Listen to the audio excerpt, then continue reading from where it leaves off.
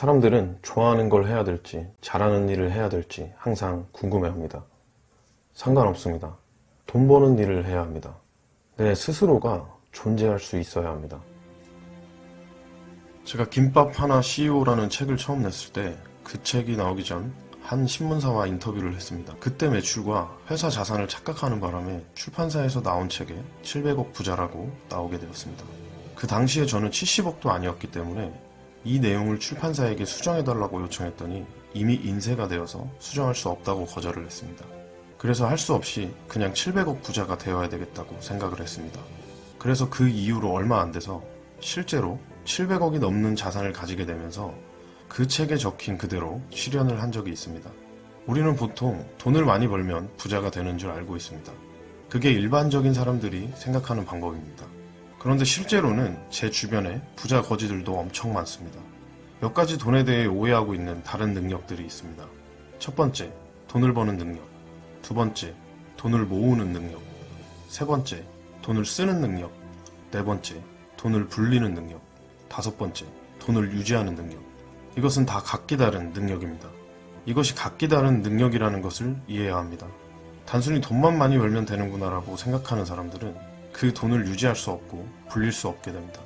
돈을 많이 번다고 실제로 행복하지는 않습니다. 이것은 사실입니다.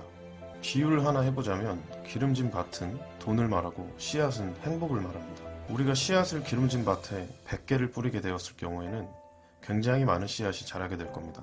하지만 반대로 좋지 않은 밭에 씨를 똑같이 100개를 뿌렸을 때는 적은 숫자의 씨앗이 자라게 됩니다. 100개 중에 아예 안 자라진 않지만 상대적으로 숫자가 적게 자랄 뿐입니다. 그래서 돈이 많으면 일반적으로 행복을 유지하는 데 굉장히 유리합니다. 지금 여러분들이 갖고 있는 수많은 걱정의 대부분은 돈이 해결하고 있다는 것을 돌아보면 알 수 있을 겁니다. 예를 들면 가족관계부터 실제 재정 문제, 미래에 대한 것들 말이죠. 첫 번째, 돈은 중력과 같습니다. 중력이, 즉 돈이 많으면 많을수록 다른 돈을 끌어들이고 그 돈의 무게감이 크면 클수록 다른 돈을 끌어들이는 힘을 갖고 있습니다. 만약 여러분이 10억을 모으겠다는 목표를 세웠다고 가정해 보겠습니다. 매년 1억을 모아간다고 가정을 하고 열심히 일하고 사업을 해서 1억을 모으고 또 그 다음 1억을 모으고 이런 식으로 10억까지 모으게 될 겁니다. 여기서 대부분의 사람들은 처음 1억을 모을 때 100의 노력이 들었다면 다음 1억을 모을 때 똑같이 100의 노력이 들어갈 것이라고 생각합니다. 그런데 돈은 중력이 있기 때문에 그렇지가 않다는 겁니다. 처음에 1억을 모을 때 100의 노력이 들어갔다면 다음 1억은 90이라는 노력이 들어갈 수도 있습니다.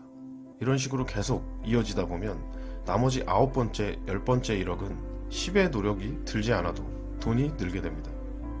이것이 돈이 갖고 있는 중력의 힘입니다. 돈뿐만 아니라 실제로 사업도 그렇게 성장합니다. 제가 매장 하나에서 300개가 될 때까지는 몇 년이 걸렸지만 그 다음 300개는 언제 했는지도 모릅니다. 그 자체가 힘을 갖고 있기 때문인데요. 그래서 돈은 중력과 같다라고 이해하셔야 됩니다. 두 번째, 돈은 인격체입니다. 돈은 형체도 없고 생각도 없고 사람들이 생각해놓은 가치만 존재하는데 무슨 인격체냐라고 할 수 있습니다. 하지만 여러분들은 오늘부터 돈을 인격체로 받아들이셔야 합니다.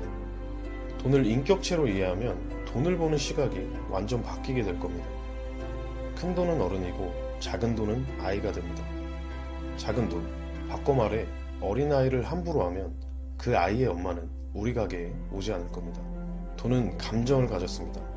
그래서 돈은 자기를 하찮게 대하는 사람들은 옆에 두지 않습니다. 돈은 생각을 합니다. 돈은 자기가 좋아하는 곳, 싫어하는 곳이 있습니다. 돈은 헤어지는 것을 싫어하고 함께 모여있는 것을 좋아합니다. 돈은 그래서 항상 몰려다닙니다. 이런 특성들을 고려하면 돈은 인격체입니다. 그러니까 여러분들은 돈을 모으게 되면 돈을 인격체로 대해야 합니다. 세 번째, 돈은 생각을 가졌습니다. 생각이 있기 때문에 여러분들의 행동에 따라 갈까 말까를 결정합니다. 따라서 여러분들이 좋은 방향으로 돈을 소비하면 그 돈은 다시 돌아옵니다. 일정하게 들어오는 돈은 불규칙한 돈보다 힘이 셉니다. 이전에 돈에 중력이 있다고 말씀드렸는데요. 무슨 얘기냐면 매달 100만원씩 버는 사람이 1년 내내 굶다가 어느 날 1000만원 버는 사람보다 힘이 세다는 얘기입니다. 매출이 주말에만 500만원 오르는 거 아무 의미 없습니다. 매일 100만원 오르는 게 더 좋습니다. 왜냐하면 일정하게 들어오는 돈은 그 돈 자체가 강력한 힘을 갖고 있기 때문에 다른 돈들을 이깁니다. 돈은 벌어들인 과정에 따라 돈의 무게가 달라집니다.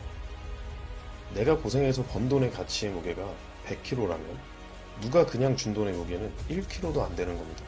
그래서 가볍게 날아갑니다. 고생해서 번 돈은 그 중력 자체가 전혀 다른 역할을 합니다. 한 사람의 성공은 그 이면에 굉장히 많은 사람들의 슬픔과 고생을 바닥에 두고 있습니다. 많은 사람들의 슬픔과 불행을 깔고 있다는 이야기는 마치 가시 위에 앉아있는 것과 같습니다. 그래서 그 가시를 다독이지 않으면 결국 그 가시는 내 몸을 찔러 돈을 다시 흩어지게 만드는 힘을 갖게 됩니다. 이 원리를 이해하지 않으면 사업에 성공해서 큰 돈을 벌더라도 불과 몇 년 만에 다시 바닥으로 내려앉는 것은 당연한 이치입니다. 남의 돈을 대하는 태도가 내 돈을 대하는 인격의 근본입니다.